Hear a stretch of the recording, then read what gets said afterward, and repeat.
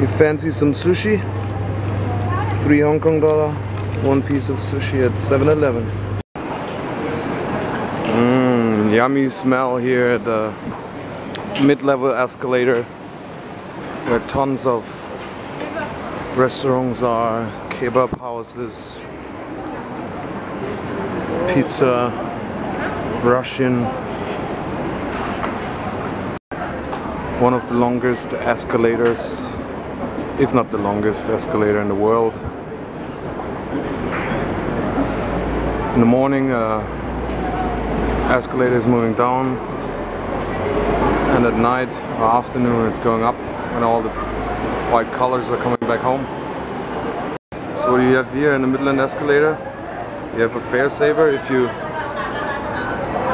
put your octopus card on it, you get $2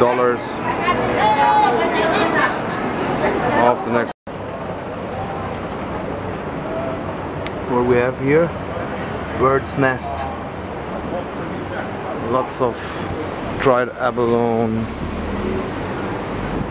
ginseng, deer antlers, all this traditional Chinese medicine stuff, even shark fins for making soup.